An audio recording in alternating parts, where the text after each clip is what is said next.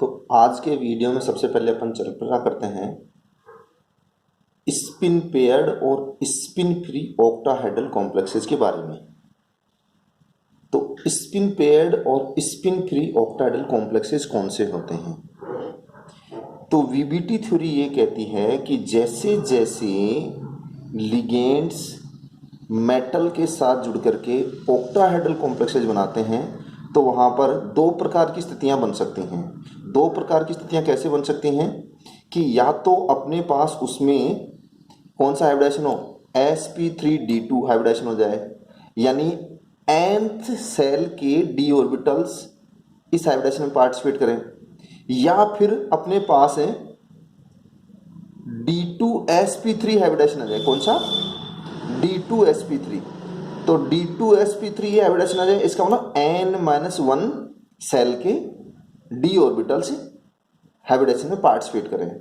तो जब अपने पास sp3d2 हाइब्रिडाइजेशन होता है तो इसमें जो मेटल एटम अथवा आयन में इलेक्ट्रॉन्स होते हैं उनमें किसी प्रकार की कोई पेयरिंग नहीं होती है। मतलब लिगेंड्स आने से पहले और लिगेंड आने के पश्चात मेटल एटम अथवा आयन के इलेक्ट्रॉनिक कॉन्फ़िगरेशन में किसी प्रकार का कोई चेंज नहीं आता है, अर्थात इलेक्ट्रॉन्स की इसमें पेयरिंग नहीं हो पाती है। तो ऐसे कॉम्प्लेक्सेस क्या कहलाते हैं? स्पिन फ्री कॉम्प्लेक्सेस कहलाते हैं।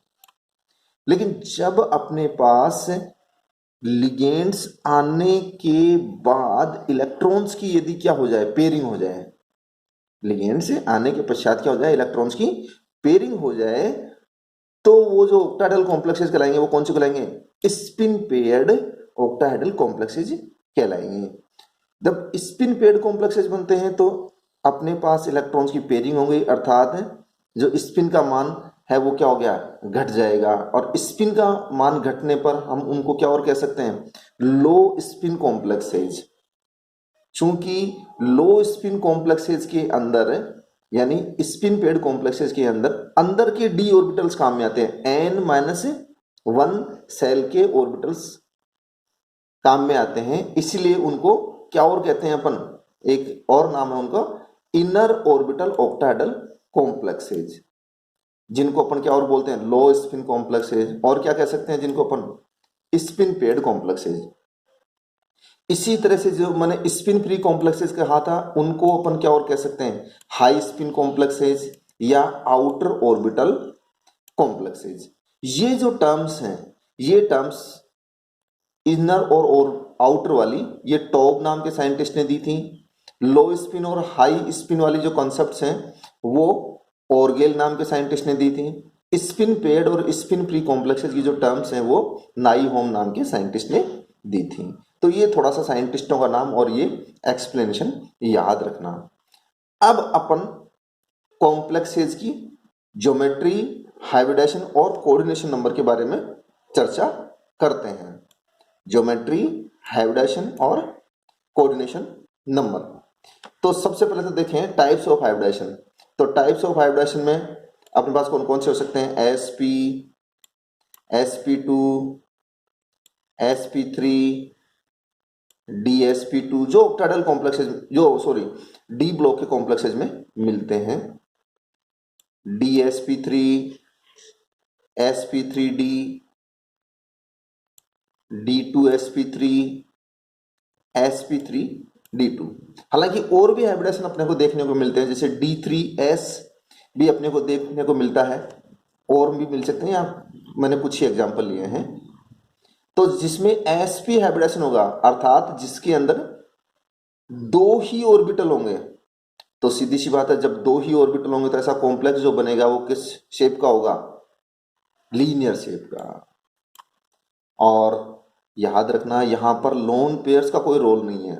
तो जितने भी अपने पास बॉन्ड्स बनेंगे ना वो एक दूसरे से अधिकतम दूरी पर अरेंज होते हैं।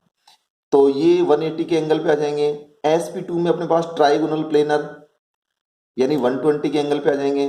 sp3 हाइब्रिडेशन अपने पास होगा तो 109 डिग्री 28 मिनट 109 डिग्री 28 मिनट से अपने पास आ जाएगा। dsp2 हाइब्रिडेशन होगा तो वहां पे कैसी शेप बनती है अपने पास? Square planar. अब याद रखना जब DsP2 हाइब्रिडेशन हो तो ये जो n-1 सेल है इसका तो काम में आएगा ही आएगा, कौन सा डी ऑर्बिटल। लेकिन कौन सा डी ऑर्बिटल काम में आएगा ये भी थोड़ा सा अपने को ध्यान रखना है। जब भी DsP2 हाइब्रिडेशन हो तो dx square y square d orbital काम में आता है, ये याद रखना है। dx square y square orbital काम में आता है। बाकी एक s ऑर्बिटल वो तो कोई दिक्कत है ही नहीं, लेकिन ये 2p भी पूछ सकता है कि कौन से 2p ऑर्बिटल काम में आते हैं, तो ये भी आपको याद रखना है कि एक ये देखो n-1 सेल के थे, ये n सेल का है px और ये py, यानी pz ऑर्बिटल DsP2 हाइब्रिडेशन में पार्टिसिपेट नहीं करता है। यहां मैंने ये जो विभिन्न प्रकार के हाइब्रिडेशन है कौन कौन से कॉम्प्लेक्सेज में पाए जाते हैं उनके एग्जाम्पल्स यहाँ पे लिख रखे हैं। इसमें थोड़ा याद रखना PD2 प्लस और PT2 प्लस किसी भी प्रकार के 4 मोनोडेंटेड लिगेंड्स के साथ जुड़ा हो, PD2 प्लस और PT2 प्लस, तो हमेशा वो स्क्वायर प्लेनर ज्योमेट्री में रहेगा। याद रखना PD2 प्लस और PT2 प्लस के 4 लिगेंड जो मोनोडेंटेड है वो कैसे भी जोड़ देना, हमेशा किस शेप में रहेंगे, स्क्वायर प्लेनर शेप में रहेंगे। निकिल में थोड़ा सा याद रखना कि जब अपने पास क्या होता है स्ट्रॉन्ग लिगेंड होता है तब तो क्या हो जाता है ये स्क्वायर प्लेनर में रहता है, जब कोई वीक लिगेंड होता है तो अपने पास ये किस शेप में रहता है, टेट्राहेड्रल शेप में रहता है। इसी तरह से अपन बात करते हैं DsP3, तो ध्यान रखना शुरू में यदि D आ रहा है तो वो n-1 सेल का है और शेप कैसी रहेगी, ट्राइगोनल बाइपिरामिडल। लेकिन यदि बाद में डी काम में आ रहा है तो याद रखना शेप कैसी रहेगी अपने पास, स्क्वायर पिरामिडल, और जो डी ऑर्बिटल है वो भी चेंज हो जाएगा। देखो यहां पर अपने पास DsP3 में जिसमें TBP शेप थी वहां पे कौन सा डी ऑर्बिटल काम में आ रहा है, DZ स्क्वायर, लेकिन यहां पर जो डी ऑर्बिटल काम में आ रहा है वो अलग आ रहा है, DX स्क्वायर वाई स्क्वायर। यानी जब भी आपको कॉम्प्लेक्स की शेप में स्क्वायर नजर आए तो स्क्वायर नजर आते तो याद रखना DX square y square d orbital काम में आएगा, ये ध्यान रखना। ये इनके एग्जांपल्स मैंने आगे लिख दिए हैं। D2sp3 यानी अपने पास 6 हाइब्रिडाइज ऑर्बिटल्स हैं यहाँ पर भी, यहाँ पर, यानी कौन सी शेप बनेगी अपने पास, ऑक्टाहेड्रल। तो ये ऑक्टाहेड्रल शेप तो बन गई अपने पास। लेकिन याद रखना इसमें n-1 डी सेल के ऑर्बिटल्स काम में आ रहे हैं, तो ये कौन से कहलाएंगे अपने पास, इनर ऑर्बिटल ऑक्टाहेड्रल कॉम्प्लेक्सेस की कैटेगरी में आएगा। इस वाली स्थिति में अपने पास nth सेल के डी ऑर्बिटल्स काम में आते हैं, तो कौन से हो जाएंगे अपने पास, आउटर ऑर्बिटल ऑक्टाहेड्रल कॉम्प्लेक्सेस की कैटेगरी में आएंगे अपने पास। अब जो n-1 है उसमें जो डी ऑर्बिटल से कौन से डी ऑर्बिटल आएंगे, देखिए स्क्वायर तो नजर आता ही है और एक ऊपर और एक नीचे जुड़ता है, स्क्वायर के एक ऊपर और एक नीचे, तो स्क्वायर में इसका मतलब कौन सा डी ऑर्बिटल आएगा, n-1 dx square y square, और एक लिगेंड ऊपर और एक लिगेंड नीचे स्क्वायर के, ताकि ऑक्टाहेड्रल बन जाए, तो कौन सा डी ऑर्बिटल आना चाहिए, dz स्क्वायर। तो याद रखना कि कौन से डी ऑर्बिटल पार्टिसिपेट करते हैं, तो ये 2 डी ऑर्बिटल dz स्क्वायर और dx स्क्वायर वाई स्क्वायर, और इसमें कौन से आएंगे अपने पास, वापिस से वही ऑक्टाहेड्रल ज्योमेट्री है तो dz स्क्वायर और dx स्क्वायर वाई स्क्वायर। ये मैंने इनके आगे एग्जाम्पल से लिख दिए हैं। तो ये हाइब्रिडेशन के बारे में भी कई बार पूछ लेता है, तो इसका भी अपने को ध्यान रखना है। अब अपन VBT थ्योरी के द्वारा कॉम्प्लेक्सेस के जो मैग्नेटिक प्रॉपर्टीज हैं और ज्योमेट्री है उसकी व्याख्या नेक्स्ट वीडियो में करते हैं।